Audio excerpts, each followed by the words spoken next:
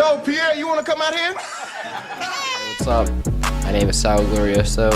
I am the owner of 8THWNDR, which is my clothing brand. Since a very young age, I was always interested in clothing and like skating and like that whole street lifestyle.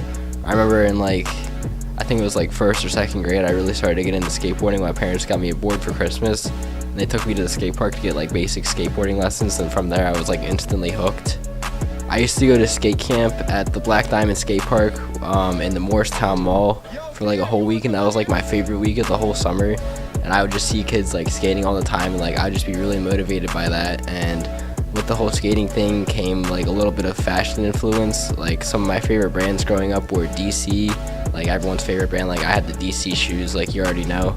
I had this one brand, they're like really tight now, like I'd kill for one of their shirts. Blind, that was like my favorite brand because like I'm colorblind and I thought it like blind was cool.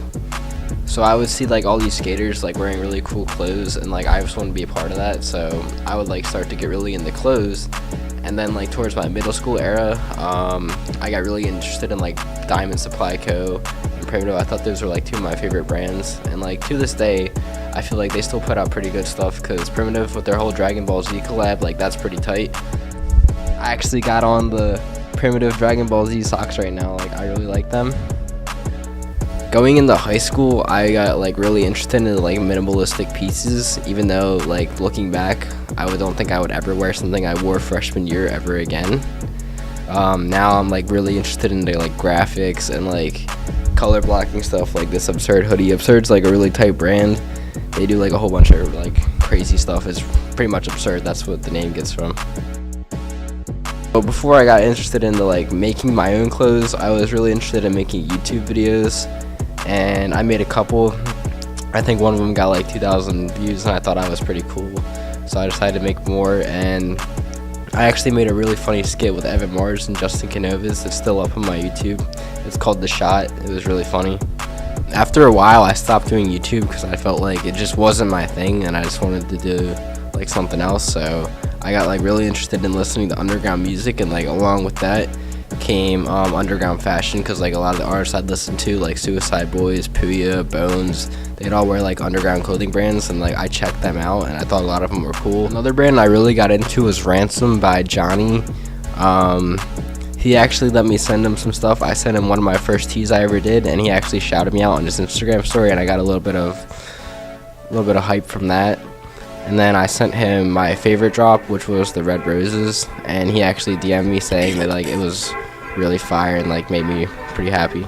Just another little cool thing is I sent one of my shirts to Robesman, who is a co-host for No Jumper in the podcast, and he actually shouted me out on his Instagram story, and he followed my brand, so he still follows to this day, which is pretty cool. Definitely my favorite drop I've ever done was the Red Roses, like I said before. That was actually designed by Hannah Effinger, and I released it last March. And at first they weren't really selling too good because the weather was cold, but once we got to like May and June, they started flying, especially when I tie-dyed the rest of them. A lot of them came out like pretty cool, like no two were the same once we tie-dyed them, and like people just went crazy for them, so I decided like, man, tie-dye, like I gotta do more. So we're recording this in mid-January, and I just did my first $8 tees, which you can see right here. I released these for $8 on 8THWNDR.com, and in February I only plan on making everything better. I have a mini drop planned with beanies, a graphic hoodie, and another $8 shirt, which I might be printing myself, we don't know yet. My answer is no. I've sold over 500 shirts total, but I feel like I'll be successful when in one single drop I sell 100 shirts or something like that. Like that's when I'll actually start to feel successful. I feel like I'm doing something pretty good. Like I'm definitely outweighing my expectations of what I thought I would be doing.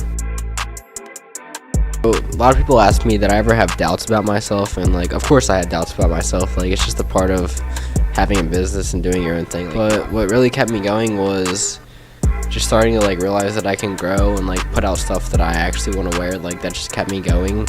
Plus like getting a lot of love from other people, and like my friends are telling me like, dude, you could actually make a way with this, like keep going. So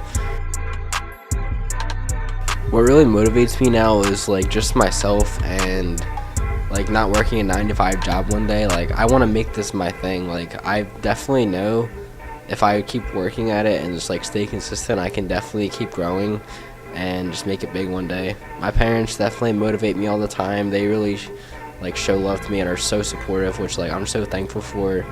Like all my friends and like everybody I know, like they're all really supportive too, and it just makes me feel really good about myself and feel like I'm doing something pretty good. And 1 year I see myself continuing to do the $8 shirts. I definitely